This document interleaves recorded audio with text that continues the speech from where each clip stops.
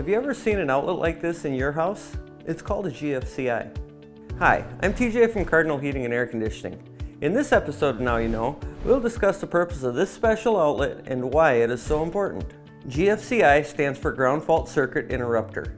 They are located in any location within 6 feet of a water source, such as a kitchen or bathroom, outdoors, or any unfinished location. Their primary function is to protect you and your home.